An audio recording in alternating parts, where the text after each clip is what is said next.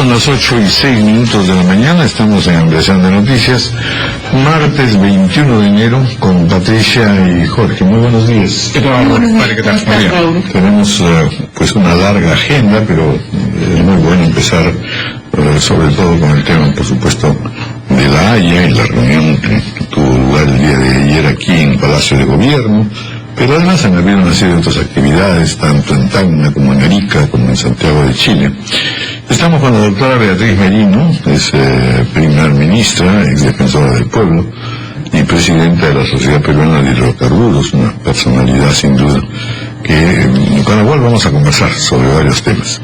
Doctora Beatriz Merino, muy buenos días, bienvenida. Raúl, ¿cómo están? Patricia, Jorge, buenos días.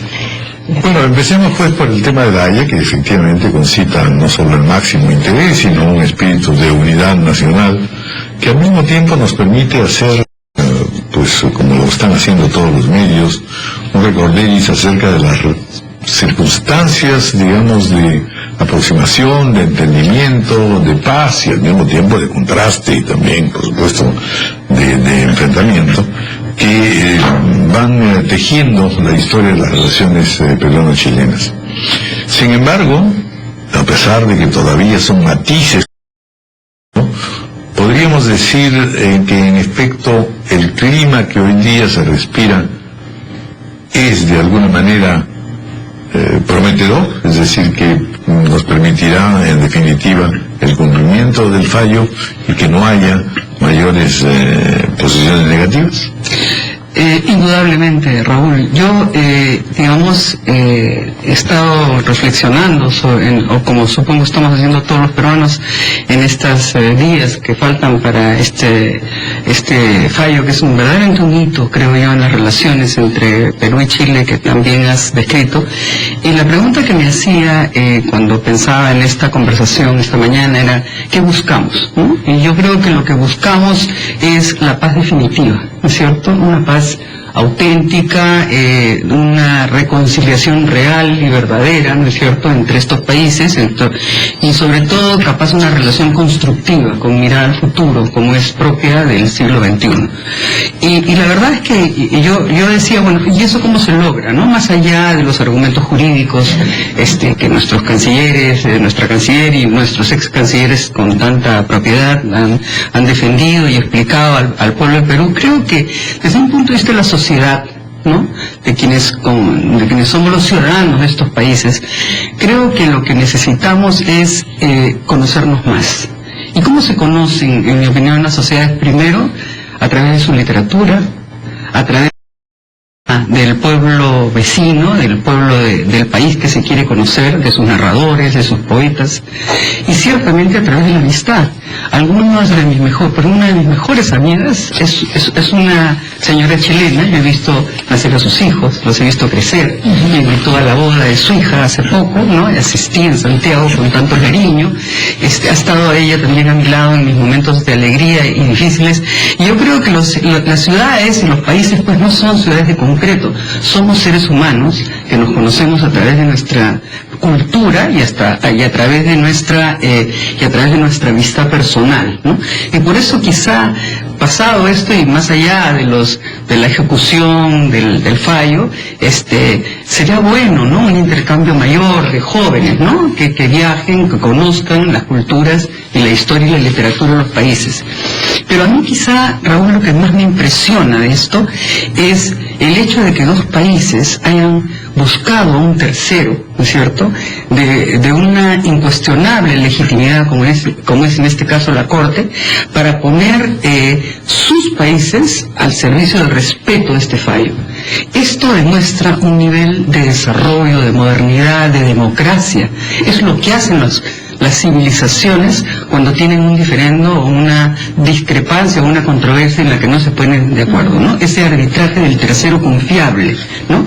Y eso me parece que ya de por sí demuestra un nivel de madurez en las relaciones entre Perú y Chile, ¿no? Que además es interesante que el primer conflicto o problema limítrofe que tengamos que resolver en este nuevo siglo se haya resuelto de esta manera y no con una guerra, ¿no? Así es, eso pues ya es, estamos hablando de los siglos anteriores, siglo XIX. Esto a mí me hace mirar con un gran optimismo con este clima prometedor de que hablaba Raúl, de que estamos ante una nueva etapa de nuestra historia, ¿no? Donde ya no más psicosociales, ya no más violencia, ya no más daño, ahora a la búsqueda de consensos y de respeto de quién. De una corte de magistrados indiscutible internacionalmente, ¿no? Que nos dirá a estas dos democracias, a estos dos países, ¿no es cierto?, qué cosa es lo que tenemos que hacer. Y finalmente, ¿no?, yo reflexionaba sobre todos los artículos que he estado leyendo últimamente, ¿no?, de conocimiento en materia económica, ¿no?, es la búsqueda de sinergias, ¿no?, de una integración cultural, científica, y sobre todo una integración económica que ya se está dando con la Alianza del Pacífico, por ejemplo. Y yo pensaba algo que siempre he pensado, ¿no? Juntos somos invencibles. Juntos somos invencibles. De tal manera que yo creo que esperar, como piden nuestros ex cancilleres, con prudencia, con serenidad, con tranquilidad, pero sobre todo sabiendo que el proceso, en este caso, demuestra que el Perú, y en este caso Chile también, están en un nivel, me parece a mí, extraordinario, de poder hacer un cambio, ¿no?, de lo que ha sido un pasado de sospechas o un pasado de desconfianza, ¿no? También, usted ha mencionado palabras sumamente importantes como el tema de la unidad, de la armonía que debe haber entre ambos países, el intercambio cultural, en fin, de literatura, de amistad, de vivencias en general. Pero basados en todo este proceso que hemos vivido, porque ha durado varios años, solamente que en estos últimos meses ha recobrado este protagonismo, ¿qué reflexión podríamos tener nosotros, los peruanos, como país, frente a situaciones como estas, que son más bien políticas de Estado? Justo ayer había una reunión en el Palacio de Gobierno con el presidente Ollanta y exmandatarios como Alan García y Alejandro Toledo, ¿no? Terminada la reunión, han posado para la foto y todo. Mi pregunta va: ¿hasta qué punto debemos dejar el tema de la armonía solo para la foto y enfocarnos realmente en ir por el mismo camino en temas que nos competen a todos los peruanos, como política de Estado? Pero mire, Jorge, no solo en un tema de la importancia de esto que fue llevado el 16 de enero del año 2008 ante el Tribunal de La Haya, ¿no?, donde Perú, digamos, llevó este tema a La Haya, sino yo creo que este es un ejemplo de cómo se resuelven las controversias. Eso, en mi opinión, poco o nada tiene que ver con las fotos, ¿no? Tiene que ver con lo que es un hito histórico, de la forma como dos países resuelven una discrepancia. Y debiera ser un ejemplo para todos nosotros de cómo debiéramos también resolver nuestras discrepancias internas. Los conflictos sociales de los cuales tantas veces he venido a conversar cuando era defensora del pueblo con ustedes, debieran también buscar, ese es un ejemplo que se nos está dando respecto de que un tercero confiable, un árbitro, un amigable componedor, siempre es mejor que el daño, el enfrentamiento y la violencia, ¿no? Eso es quizá mi reflexión. Sí, precisamente, pues, a raíz de sus últimas expresiones, sí me gustaría conocer su opinión acerca del panorama nacional, ¿no? Ha habido también en ese sentido, en esto, el tema de La Haya ha permitido este reencuentro, por así decirlo, aunque momentáneo, pero que ojalá lleve pues a decisiones y concordancias de política interna. En general, este clima de crispación, como se ha señalado en tantos medios, verdaderamente tiene que ser superado, independientemente de las tendencias políticas, por un lado. Luego tenemos varios desajustes, ¿no es cierto? Los procesos electorales adelantados, a veces el incumplimiento de la ley, y el hecho de que seamos poco capaces de convenir en 3 o 4 fundamentales, que son políticas de Estado, y sobre los cuales en verdad no debiera haber mayor divergencia. De hecho, los objetivos de seguridad ciudadana, educación mejor, salud mejor, son cosas que están pues fuera de toda discusión, son prioridades fundamentales, ¿verdad?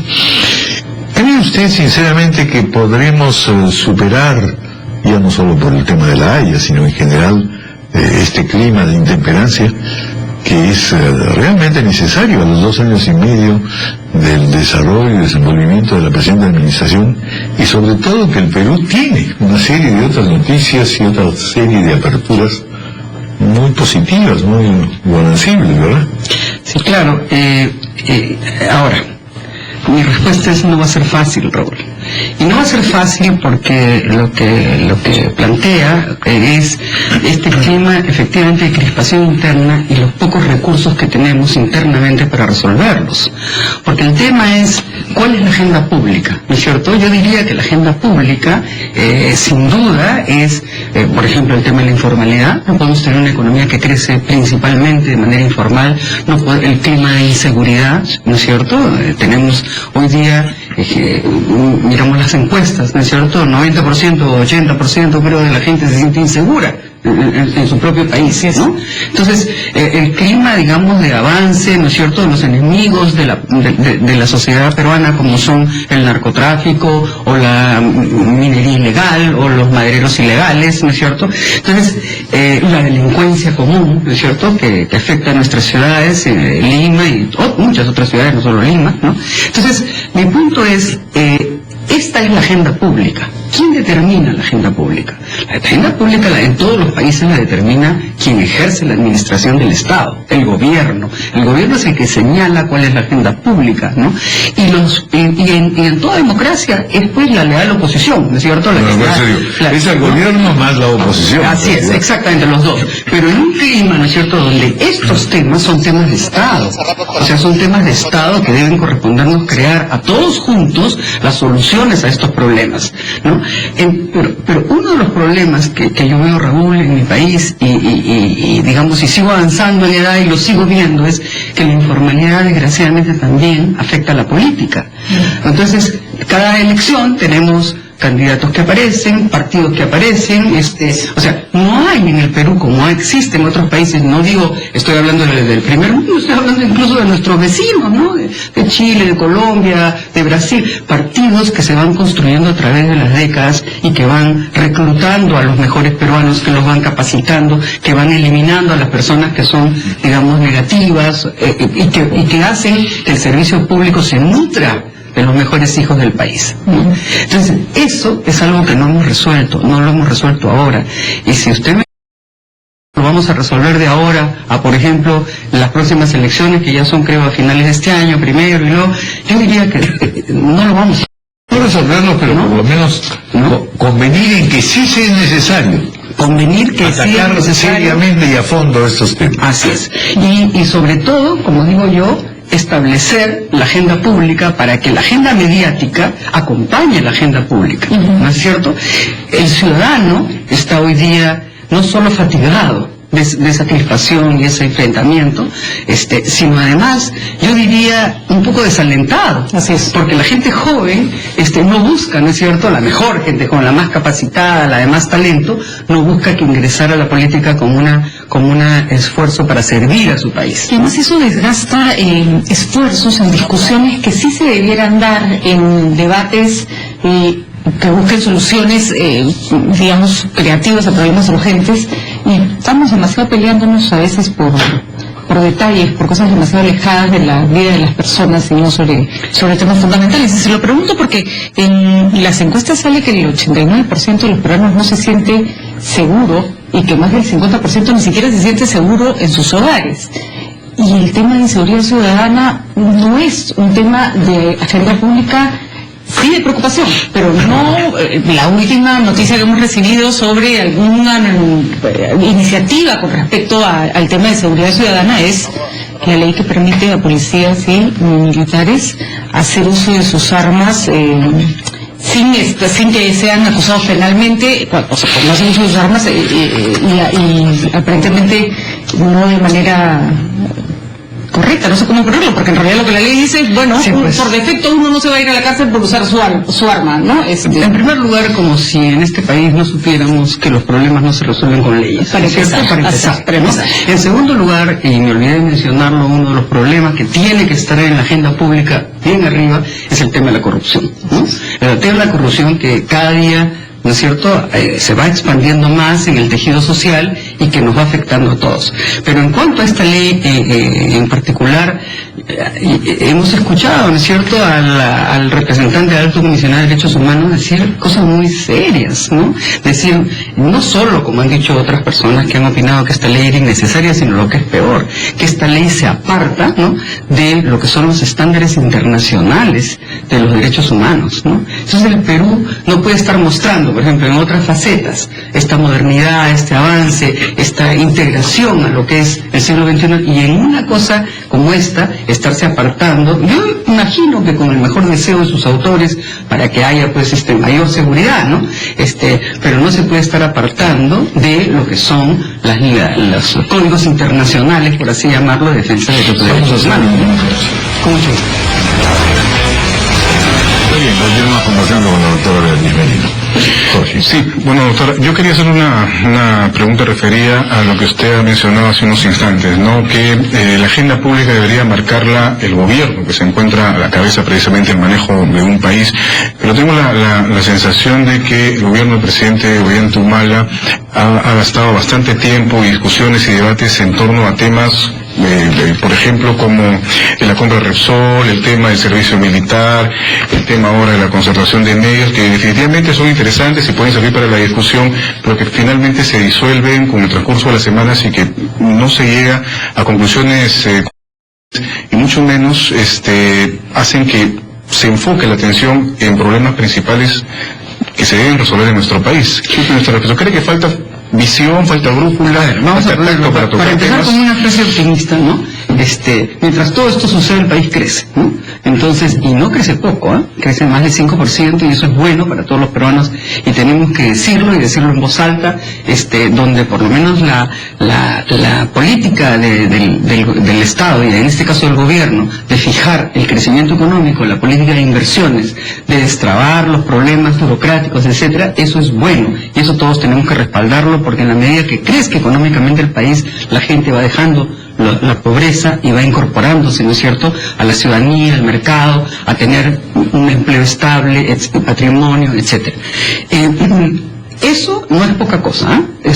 Creo que eso es algo que todos debemos festejar y estar muy contentos con este clima, como llamaría Raúl, de bienestar en ese sentido. Ahora, dicho esto, efectivamente, creo que hay que fortalecer, digamos, la parte política de la administración estatal en la medida que la agenda mediática no puede sobreponerse a la agenda pública. O sea, la agenda pública es tratar lo que es importante. La agenda mediática tratará, ¿no es cierto?, la coyuntura, la noticia. Es muy importante, sin duda, pero en la marcha de una nación la determina la agenda pública. Y esa agenda pública tiene que estar, por ejemplo, para empezar, en los temas centrales, no solamente de la seguridad ciudadana, que es gravísima, sino además el tema de la informalidad. No podemos seguir creciendo con informalidad que en algunos casos se puede convertir en delincuencial, como es el caso de la minería ilegal o el caso de los madereros ilegales, que además devienen en conflictividad social, a veces en daños o en muertes que todos rechazamos, ¿no? Pero es curioso, en realidad, confirmar o comprobar qué difícil es construir institucionalidad en el Perú, ¿no es cierto? Pienso, por ejemplo, ya que estén mencionado las cuestiones de Madre de Dios, de la exploración minera, aurífera, informal, etcétera. Por ejemplo, en el proceso de regionalización, en el que todos tuvimos una gran esperanza y desgraciadamente ha terminado en una especie de archipiélago en donde ahora ya hay un tira y afloja entre el gobierno central y las regiones, y así por el estilo, en verdad. Es decir, y las instituciones pues no se construyen solamente porque el gobierno lo decida, sino también porque el conjunto de la sociedad debería intervenir en algunos de estos aspectos, ¿no es cierto? Por eso es tan interesante el fenómeno de la seguridad social, porque allí nosotros vemos que hay una convergencia general del país, como en la educación también. Es decir, son puntos en los cuales, la verdad, necesitamos una movilización general, ¿no es cierto? Totalmente de acuerdo, Raúl. Mire, yo le puedo hablar incluso por experiencia propia. A mí me ha tocado, ¿no es cierto?, en los años que he servido en mi país, ahora estoy, como digo yo siempre, en mi etapa de sector privado, ¿no? Pero en los años que me ha tocado servir a mi país, me ha tocado servirlo en instituciones que más o menos llegaban a los 10 años, ¿no?, y y a mí me ha tocado la tarea de relanzarlas, como digo yo, para los próximos 10 años. Estoy hablando, por ejemplo, de la SUNAT, estoy hablando de la aduana, estoy hablando de la Defensoría del Pueblo, grandes instituciones del país. Ha sido difícil, sí y no. ¿No? Sí, en la medida que efectivamente la debilidad institucional afecta finalmente todas las instituciones, porque las leyes se dan para todos, cuando se rebajaron los sueldos se rebajaron para todos, etcétera, etcétera. Pero a la larga, como siempre digo, una institución, ¿qué cosa es? Más allá de la visión del líder, ¿no? El líder que traza la visión y dice, en ese rumbo vamos, estos son los objetivos al que yo voy a conducir a mi institución, o voy a conducir al país, digamos, para tomar las palabras de Jorge. Busco los recursos humanos que me sirvan para que esos objetivos medibles, alcanzables, me lleven a construir esa visión. No un sueño, una visión, algo que es realizable, ¿no? Pero una vez que tiene eso, ese liderazgo, por así llamarlo, ¿no es cierto?, a la cabeza, se construye a partir de procesos y políticas. Esos son las instituciones. O sea, no es la arbitrariedad, no es la inspiración, ¿no es cierto?, no es la improvisación. Son instituciones que se basan en políticas que están establecidas para todos y que trascienden a la persona que está al frente de esa institución. Por ejemplo, mire usted la SUNAT, es un ejemplo clásico, ¿no es cierto?, en este país, ¿no? Van pasando los superintendentes, se va manteniendo la política, ¿no es cierto?, de por ejemplo, de que las personas ingresen a través de, primero, un reclutamiento que pasa por una escuela donde tienen que estudiar 6 meses antes de poder incorporarse. O sea, todas esas políticas que se van a establecer, el Banco Central de Reserva, un ejemplo extraordinario. Entonces, y luego los procesos internos donde se impide la arbitrariedad, el abuso, la mentira, el engaño, etcétera, ¿no? Entonces, yo sí creo que es posible, ¿no? Lo que tenemos es que hacer que esa institucionalidad, Raúl, no solo alcance las instituciones relativas al área económica. Hoy día las mejores instituciones que funcionan en el país son precisamente el Banco Central, la Administración Tributaria, la Superintendencia de Banca y Seguro, el INDECOPI. Esas son las funciones, sino que además... Que la plata manda. Pero la Defensoría del Pueblo será una excepción que debiera ser evitada. Miren, ¿no? ¿Qué pasa con el Congreso y la Defensoría del Pueblo? Pues es que realmente son cosas que... Yo ya he exhortado cariñosamente al Congreso de mi país, al que respeto tanto, a que elija con prontitud un defensor, y si lo tiene a bien, pudiera mirar dentro de la propia institución a los funcionarios de carrera que están ahí pues 17, 18 años y que tienen una experiencia y un conocimiento que puede ponerse al servicio del país. Bueno, como siempre, es un gusto conversar con usted. Yo quería preguntarle a Raúl, simplemente una pregunta cortita, si va a volver a su vida pública y su etapa de sector privado. Patricia, eso ya suena a candidatura. Yo creo que eso queda para la próxima entrevista, porque ya Raúl no sé. El clásico discurso, si lo hace, así lo determina, pero así lo tiene quiere. usted a veces nostalgia de la vida pública, dígame la verdad. Y además la escuchamos y la necesitamos. Es esencialmente política, así que... Yo lo que tengo mucha nostalgia es del servicio público, que necesariamente no es lo mismo, ¿no?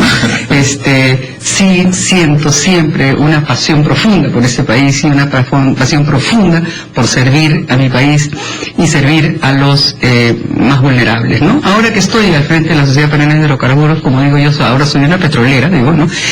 Miro constantemente el tema de los pueblos indígenas, el tema de la consulta previa, el tema de la defensa del medio ambiente, como debe ser, ¿no? Como son los temas que acompañan todas estas actividades productivas tan importantes para el país, ¿no? Muy bien, bueno, muchísimas gracias. Gracias, Raúl. Son las 8:33 de la mañana, vamos a hacer una pausa.